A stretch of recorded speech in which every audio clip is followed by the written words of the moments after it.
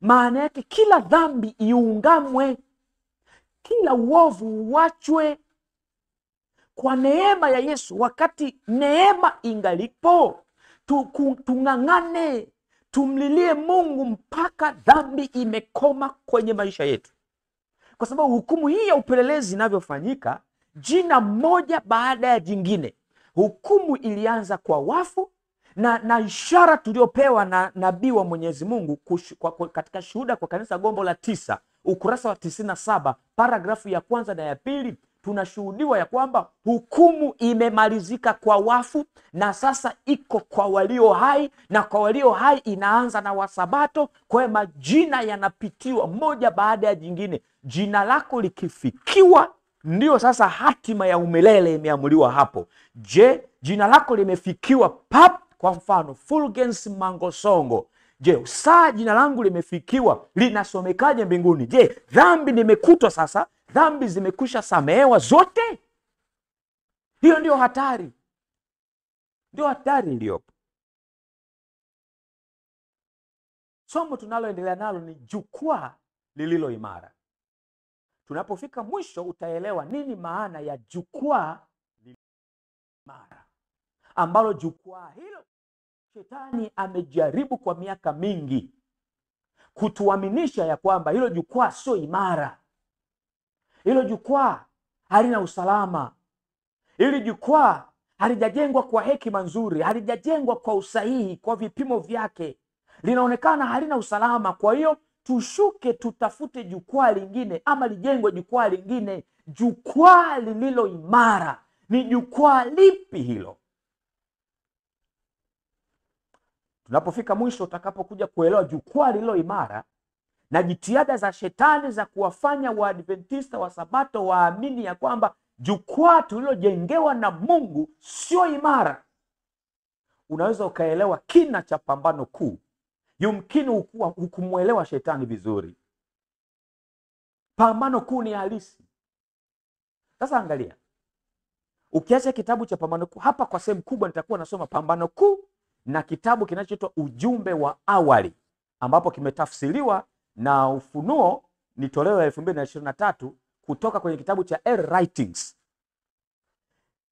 Sasa naweka hiki kitabu chini cha Pambano Kuu, nachukua kitabu cha Ujumbe wa Awali.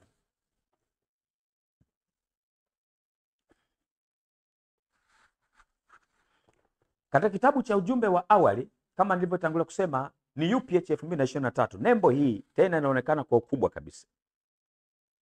Hiki kitabu sijakitoa popote, ni kitabu kutoka Ufunuo Publishing House. Kazi yangu ni kukuonesha vitabu tulivyonavyo sisi hivi, tulivyonavyo hivi, wapi unapata nini, kimeandikwa wapi. Ninafikiri hapo sifanyi makosa, kwa sababu ninaeleza tu kile ambacho kipo kwenye vitabu vyetu. Ujumbe wa Awali, ukurasa wa 287.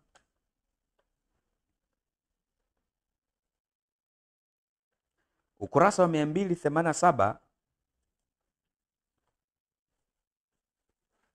imeandikwa hivi: nilioneshwa kile kilichotokea mbinguni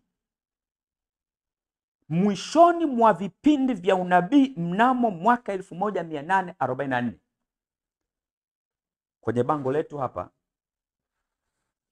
tarehe 22 Oktoba 1844, Yesu alihama chumba cha kwanza cha patakatifu akahamia chumba cha pili cha patakatifu pa patakatifu. Sasa hapa nabii anasema alioneshwa kile kilichotokea mbinguni mwishoni mwa vipindi vya unabii mnamo mwaka 1844. Yesu alipomaliza huduma yake katika patakatifu na kufunga mlango wa chumba hicho, alipomaliza huduma katika chumba cha kwanza cha patakatifu na kufunga mlango wa chumba hicho, giza kuu likawakalia wale ambao walikuwa wamesikia na kukataa ujumbe wa kuja kwake, na wakashindwa kumuona. Kwa hiyo wakati Yesu anahama chumba cha kwanza cha patakatifu, anahamia chumba cha pili cha patakatifu pa patakatifu, kuna mlango wa rehema uliofungwa kwa waliokataa ujumbe. Ni hivi, huwa hakuna usalama kwa wale ambao huwa wanakataa nuru iliyotumwa kwao kutoka mbinguni. Tusijivune ya kwamba sisi ni Waadventista wa Sabato, kanisa la kweli la Mungu. Ni hivi, kama tutaukataa ujumbe uliotumwa kwetu kutoka mbinguni, kama tutalikataa jukwaa lililo imara, hakuna asubuhi. Hakuna asubuhi. Kwa hiyo mlango ukafungwa kwao na giza likawafunika, wakawa chini ya udhibiti wa shetani, kwa lugha nyingine, wakashindwa kumuona Yesu. Kisha Yesu akajivika mavazi ya thamani sana. Upande wa chini wa joho lake kulizungukwa na kengele na komamanga.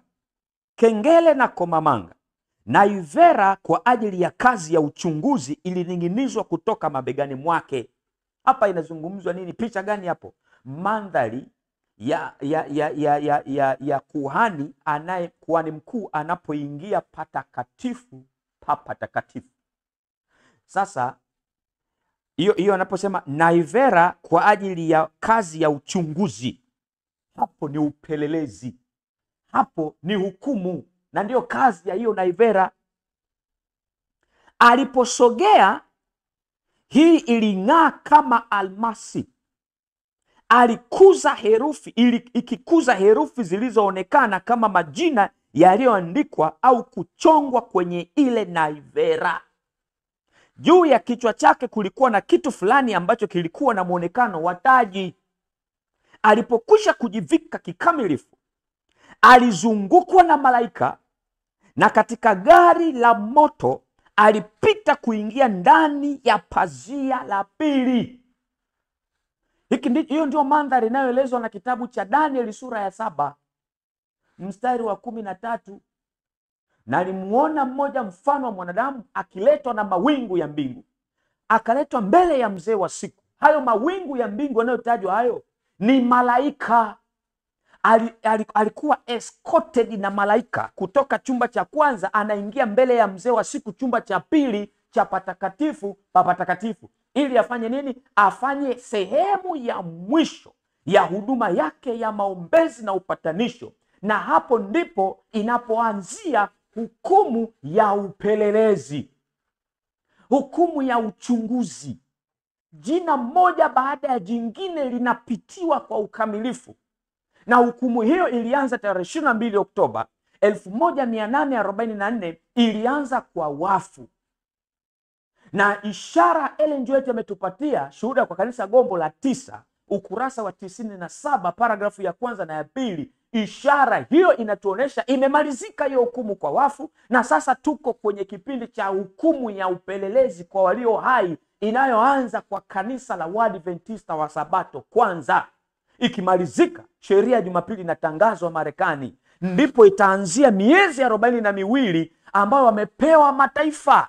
Behewa ya nje usiipime, wamepewa mataifa, wamepewa kuukanyaga mji mtakatifu miezi 42. Ukisoma Ufunuo sura ya 11 fungu la kwanza, inazungumzia ya kulipima hekalu na patakatifu pake na madhabahu, na hao wanaosujudu humo, hao sio wengine, ni Waadventista wa Sabato. Alafu mstari wa pili Ufunuo 11 inasema behewa ya nje usiipime, wamepewa mataifa, nao wamepewa kuukanyaga mji mtakatifu miezi 42. Hapo ndio wakati wa kusimamishwa chukizo la uharibifu. Jumapili ya kitaifa itakapopitishwa tu, rais atakapotia saini wa Marekani hiyo mswada kuwa sheria, maana yake chukizo la uharibifu litakuwa limesimamishwa. Rehema kwa Wasabato itakuwa imefungwa. Hakuna nafasi tena kwa Waadventista wa Sabato, maana hapo ndio ukomo wa upelelezi kwa Wasabato. Inabaki miaka 3.5, miezi 42 kwa mataifa, sio tena kwa Waadventista wa Sabato. Tunaposema miaka imebaki 6, 5.5 kuelekea 6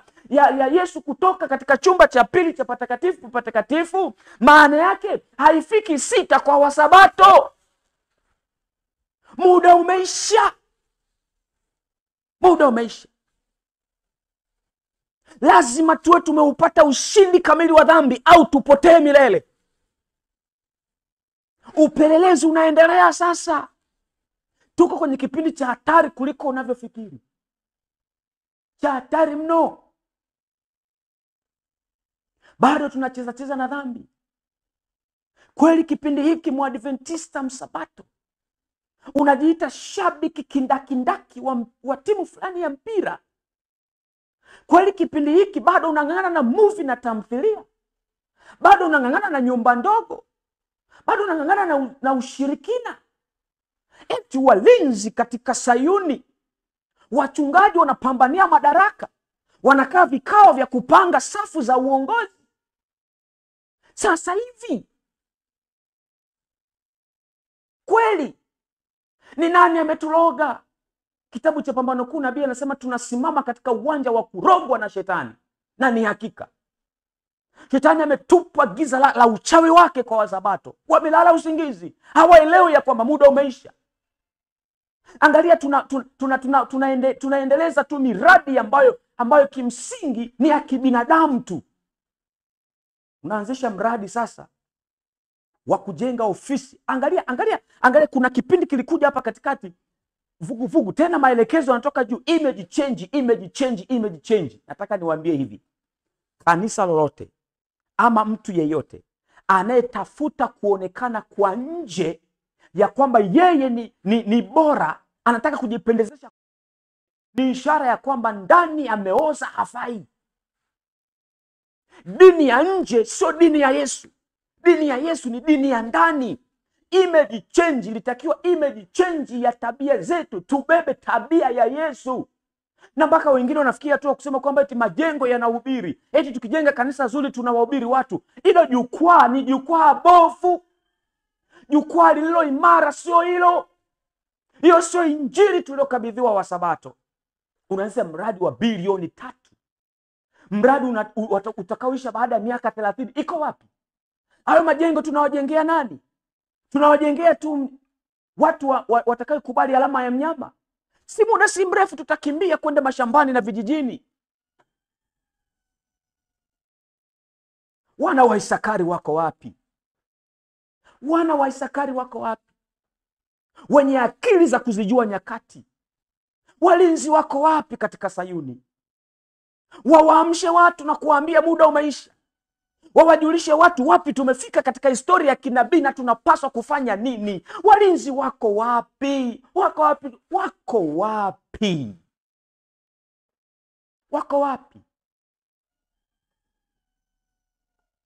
Wako wapi? Angalia makanisa yanavyokimbizana sasa hivi. Tumeona kanisa fulani kule Dar es Salaam, wanajenga kanisa kubwa, tunataka ramani kama ile na sisi tujenge kanisa kubwa. Kujifunza unabii hawataki. Ukweli wa sasa hawataki. Kuacha dhambi hawataki. Unafikiri tukiwa na makanisa mazuri, wakati tabia zetu hazifai kwenda kukutana na Mungu aliye mtakatifu, kutakuwa na faida gani? Kazi inayotakiwa kufanyika sasa ni kazi ya kuishinda dhambi. Tumfuate Yesu alipo chumba cha pili cha patakatifu papa takatifu. Tumfuate tukiwa tumeishinda dhambi. Hiyo ndio kazi tunayotakiwa kuifanya sasa. Hiyo ndio image change. Sio majengo ya nje. Tunanunua magari ya mamilioni 200-250. Ni fahari mwenyekiti, president wa conference fulani anatembelea V8. Akishuka na gwaride la vijana, anaveshwa skafu, ndio furaha. Mimi ni askofu, mimi ni askofu. President wa union. Fahari ya magari hayo ni fahari ya nje tu. Vipi ndani tunasomekaje katika vitabu vya kumbukumbu mbinguni, wakati Yesu anashughulika na kuondoa dhambi, kusafisha patakatifu, kuondoa dhambi katika vitabu vya kumbukumbu mbinguni? Je, majina yetu yanasomekaje? Ukiyasema haya, anawasema viongozi, analisema kanisa. Nani wa kusimama na kuonya dhambi zinazotendwa na Sayuni? Kwani Mungu hakutuma hata akina Yeremia? Yeremia alitumwa kwenda kuwaonya nani? Kuonya wapagani. Nani wa kusema? Tunachukulia mambo kuwa ni kawaida. Kampeni zinazofanywa leo kwenye uchaguzi, Nilikuwa naongea na mtu fulani mahali fulani, ameenda kwenye session mwaka huu 2025.